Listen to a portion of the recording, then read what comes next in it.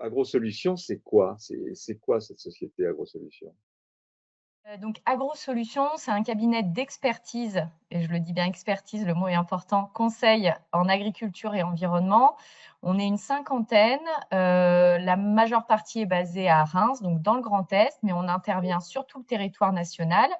Et en fait, on existe depuis 1970, pas exactement sous cette forme-là, mais parce qu'on anime le réseau d'expérimentation des coopératives agricoles du groupe InVivo. Donc, on a deux gros piliers qui nous différencient. Il y a cette partie très terrain, très agronomique et historique qu'on a vraiment gardée, qui est stratégique pour nous. Et puis, on a aussi une grosse partie projet de recherche parce qu'on aime être à l'initiative de tous les sujets qu'on porte. Donc, que ce soit sur le climat, sur la biodiversité, sur la santé des sols, ça démarre toujours chez nous par des projets de recherche qu'on transforme ensuite en solutions opérationnelles à proposer à nos clients. Comment l'agriculture s'adapte-t-elle à cette évolution climatique, habiter avec l'eau et habiter avec le soleil? Maintenant, ça va être vraiment le sujet.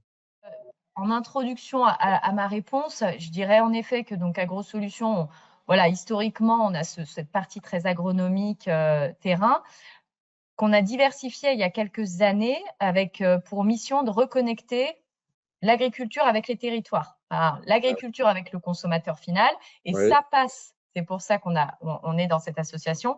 Ça passe par les territoires et les filières pour nous.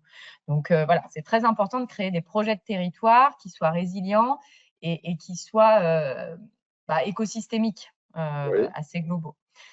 Et donc pour répondre à la question sur la partie climat, je dirais que lorsqu'on parle agriculture et architecture, finalement, il ne s'agit pas seulement de végétaliser un mur ou quelques pots dans des jardins partagés.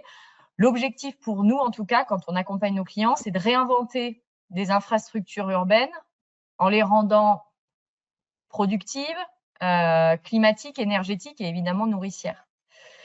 Et voilà. Et donc, dans ce cadre-là, pour nous, l'agriculture urbaine, elle va beaucoup contribuer sur la partie climatique parce que déjà toute la végétation produit naturellement un effet de rafraîchissement par évapotranspiration, par l'ombrage, en réduisant ces fameux îlots de chaleur urbains, voilà, qui vont être causés par l'imperméabilisation des sols, les matériaux minéraux. Et donc, en fait, une ferme en ville, ça ne va pas rafraîchir seulement nos assiettes, entre guillemets, ça va rafraîchir aussi les quartiers. Les plantes, les sols vivants, l'eau qu'ils retiennent vont agir comme une climatisation naturelle pour tout l'environnement urbain, parce qu'on dit que ça va vraiment rafraîchir de 2 à 4 degrés. Donc, voilà, c'est vraiment pleinement contributeur à cette adaptation au changement climatique. Et puis également, on se rend compte qu'avec le changement climatique qui est en train de s'opérer, les agriculteurs sont en train de s'adapter, d'adapter leur culture. On a envie de mieux comprendre comment le monde agricole réagit également à cette évolution climatique. Oui, l'agriculteur, de toute façon, il le sait bien avant nous, puisqu'il est sur le terrain. Donc, il voit tout ce qui se passe, l'agriculteur. Donc aujourd'hui, il y a plein de choses qui s'opèrent. En effet, il y a des changements de culture qui s'opèrent. Il y a des changements de pratiques aussi qui peuvent s'opérer. Aujourd'hui, il y a tout ce qu'on appelle les cultures à bas niveau d'intrants qui sont en train de se développer, les fameuses cultures BNI, donc bas niveau d'intrants ou bas niveau d'impact. Ça va être des cultures qui vont demander moins d'eau et puis moins d'intrants aussi, moins d'engrais, moins de produits phytosanitaires. Et ces cultures-là vont vraiment assurer la résilience de l'exploitation. Et je pense à ces cultures-là parce que parmi elles se trouve le chanvre, le lin, tout ce qui justement peut servir après sur la partie matériaux. Donc l'agriculteur, il s'adapte en effet. Et puis ce qu'on voit arriver, c'est que dans le contexte actuel, parce qu'en effet, tu en parles, il y a la partie climatique, puis il y a aussi la partie géopolitique avec les conflits du moment. Et là, il y a un grand enjeu, c'est la partie souveraineté énergétique. Quand on parle de souveraineté énergétique, les accords récents, le décret récent Oui. sur l'énergie, moi j'avais envie de poser comment l'agriculture, comme question, comment l'agriculture est pourvoyeur d'énergie. Donc, en effet, il y a la programmation pluriannuelle sur l'énergie qui vient de sortir et qui est très Oui, ambitieuse, très, ouais, très ambitieuse. ouais, Et donc, sur cette programmation-là, le monde agricole a vraiment un rôle très important à jouer dans la décarbonation de l'énergie. oui, Donc, avec deux mécanismes. D'une part, la méthanisation agricole. Donc là, l'objectif, c'est de transformer les déchets organiques, donc que ce soit les lisiers, les résidus de culture ou les biodéchets en biométhane, qui est vraiment un gaz 100% renouvelable, qu'on va ouais, pouvoir injecter dans les réseaux de distribution classiques. d'accord. Et aujourd'hui, enfin, si on peut citer un exemple, il y a la ferme expérimentale de Grignon, donc de l'école AgroParisTech, qui compte une unité récente de méthanisation, Ouais, qui va produire du biogaz injecté dans les réseaux exploités par GRDF et qui va couvrir les besoins de chauffage d'environ 400 logements, c'est-à-dire près de 1200 personnes. Chaque territoire a sa propre programmation énergétique, mais on voit que ça se développe de plus en plus et on passe d'une méthanisation où on avait l'agriculteur qui avait sa propre unité de méthanisation à des méthaniseurs qui sont plutôt regroupés ouais, avec plusieurs agriculteurs. d'accord. Et aujourd'hui, ce qu'on est en train de voir aussi, c'est qu'il y a une impulsion qui est donnée de la part des coopératives agricoles Ah, pour prendre part à cette transformation. Et nous, on anime un groupe de 12 coopératives sur ces fameuses, alors on les appelle les agri-énergies, parce que j'en ai ouais, cité une avec la méthanisation, mais je parlerai ensuite de l'agrivoltaïsme. En tout cas, nous, on anime 12 coopératives parce que on fait le constat qu'aujourd'hui, c'est des initiatives qui peuvent être assez isolées sur les 10-15 dernières années. Et nous, on a vraiment envie de redonner la place méritée par la coopérative, d'impulser, d'animer ces agri-énergies. Et donc là, la France a vraiment cette singularité d'avoir toutes ces coopératives agricoles-là pour regrouper tout ce qui est agriculteurs, compétences, capacités. Et donc ça, c'est une vraie valeur ajoutée pour la France. comment vous imaginez, avec la connaissance que vous avez des territoires via vos coopératives, comment vous imaginez cette contribution à l'amélioration donc du confort en ville avec cette évolution du climat, quoi. Déjà, ce qui est sûr, c'est qu'il faut que l'agriculture se raisonne par territoire. On ne peut pas raisonner une agriculture au niveau national. Il faut D'accord, vraiment que ça se raisonne par bassin de production.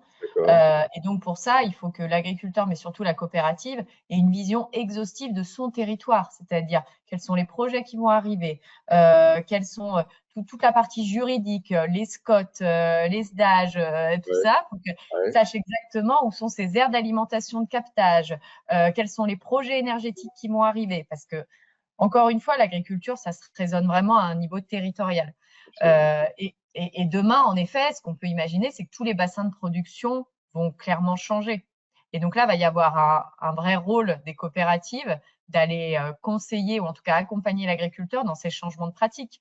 Parce que là où on se fournissait peut-être de tomates principalement en Espagne et en Italie, ben demain, ça va plutôt être français. Donc, quelle opportunité c'est? Pareil pour la partie arboriculture, tout ce qui est fruits, D'accord, ça va plutôt redescendre en France. d'accord, Et donc, c'est aussi une opportunité. C'est bien aussi une sûr, opportunité pour l'agriculture bien française, sûr. mais ça va demander une transformation et ça va demander aussi des financements. Le grand sujet, c'est comment aujourd'hui est-ce qu'on finance cette transition? L'agriculteur, enfin, je veux dire, depuis toujours, il est prêt à changer, à s'adapter. C'est un chef d'entreprise, il ne faut pas l'oublier. On a tendance à l'oublier. Oui, oui, oui, bien Et, sûr. et donc, et donc, un chef d'entreprise, il fait face à pas mal d'enjeux. Il est tout le temps en train de se questionner et de Ouais, s'adapter. Et du coup, ce financement de la transition, par qui il est fait demain? Oui, l'Europe est un contributeur, en effet, avec tout ce qui était France Relance, une belle enveloppe qui avait été mise en place. Il y a aussi les agences de l'eau qui financent également cette transition, ouais, les collectivités également, ouais, les aménageurs, parce qu'en fait, il y a un mécanisme qui est très très important et dont on ne parle pas assez, que sont les paiements pour services environnementaux, les fameux PSE. Et les PSE, ça va être, on va rémunérer les agriculteurs qui vont apporter justement un effet sur la partie climatique, biodiversité, eau, et qui va être rémunéré soit par une structure privée, donc ça peut être un aménageur, ça peut être par des primes filières par les agro-industries, ou par des acteurs du public. Alors, il y a beaucoup de PSE, donc de paiements pour services environnementaux, qui sont mis en place aujourd'hui, plutôt drivés par les agences de l'eau, donc sur une partie qualité de l'eau. D'accord. Mais nous, on est en train de travailler justement sur des PSE, la mise en place de PSE sur une partie biodiversité. Et quels sont D'accord. les mécanismes? Est-ce qu'on part sur du crédit carbone, comme on l'a fait sur le marché du carbone? Est-ce qu'on part sur des crédits biodiversité? Est-ce qu'on part sur des PSE? Enfin voilà. L'idée, c'est vraiment de se dire aujourd'hui, l'agriculture peut vraiment être contributeur à ce changement climatique de façon positive parce qu'il va fournir de l'énergie à travers la biomasse agricole, parce qu'il a des vocations paysagères, une vocation paysagère qui est énorme, une vocation économique, sociale, etc. Mais il n'y arrivera pas tout seul. Il aura besoin de financement. Chez AgroSolutions, on accompagne depuis 2018 la mise en place de projets, alors pas photovoltaïques, mais agrivoltaïques. Donc, c'est-à-dire, voilà, jusque-là, on mettait des panneaux sur les toits. Enfin, on Oui, met toujours, et évidemment, il faut que ce soit la priorité numéro un. Mais ce qu'on est en train de voir, c'est que la PPE, donc la fameuse programmation, est tellement ambitieuse que ça suffira peut-être pas. Donc, d'accord, comment est-ce qu'on réfléchit à aller plus loin en mettant des panneaux sur les parcelles agricoles? Mais en d'accord, revanche, il faut que ça soit bien fait parce qu'il faut qu'il y ait une vraie rencontre entre la partie énergétique et la partie culture qu'on met sous les panneaux. L'idée, c'est pas d'avoir des projets alibis et de mettre des panneaux sur des parcelles et que l'agriculteur change de métier, qu'il devienne énergéticien. Ça, c'est justement ce qu'on veut empêcher. Et donc, comment est-ce qu'on construit avec l'énergéticien et notre agriculteur pour développer sous les panneaux des cultures qui soient à valeur ajoutée et qui soient bénéfiques pour justement le système de l'exploitation agricole au global. Donc ça, on travaille dessus. On travaille environ sur près de 200 projets. d'accord, d'accord. Donc c'est assez, voilà, c'est assez ambitieux. Il y en a encore assez peu qui sont sortis de terre parce que travailler à cette harmonisation, ça demande du temps. Mais en tout cas, il y en a plus de 200 qui sont en cours et analysés chez nous, chez AgroSolutions. J'avais, pour terminer cette interview, une question sur la démographie. Vous savez qu'on est dans une période démographique extrêmement nouvelle, très importante, qui va avoir des conséquences dans notre pays et en Europe, et notamment sur les activités du monde agricole. Vous dire que on allait éventuellement peut-être plus produire en France du fait de l'évolution climatique, mais pour une population vieillissante, voilà, on ferme des écoles, etc. Il y a une révolution démographique. Comment l'agriculture se positionne vis-à-vis de cette évolution démographique? Au niveau de l'agriculture, il y a des sujets de transmission. Aujourd'hui, il n'y a plus de repreneurs. Donc ça, évidemment, ça a fait le lien avec ça, parce qu'aujourd'hui, Absolument. voilà, les exploitations sont tenues par des chefs d'exploitation qui ont, je crois que la moyenne d'âge, ça doit être 55 ans, entre D'accord, 55 et 60 ans, et qui ont du mal à trouver des repreneurs. d'accord. Donc pour eux, l'enjeu, ça va être de rendre leur ferme, entre guillemets, le plus glamour possible pour que ça Oui, donne envie à des jeunes de s'installer. oui, Et ça va passer par des pratiques agricoles plus vertueuses, une d'accord, proximité avec les villes, parce d'accord. qu'aujourd'hui, les jeunes, ils ont peut-être moins envie d'aller vivre à des kilomètres Absolument. des villes et puis justement de bénéficier d'aucun service. Oui, Et puis, tout ce qui est mise en diversification du revenu agricole. Et ça passe notamment par la partie énergétique, circuit court. C'est là où on va avoir des productions qui vont être à plus forte valeur ajoutée, qu'on va aller peut-être distribuer au niveau de la restauration collective ou alors au niveau des restaurateurs. Donc, tout ce système-là doit changer pour qu'on trouve des repreneurs plus facilement.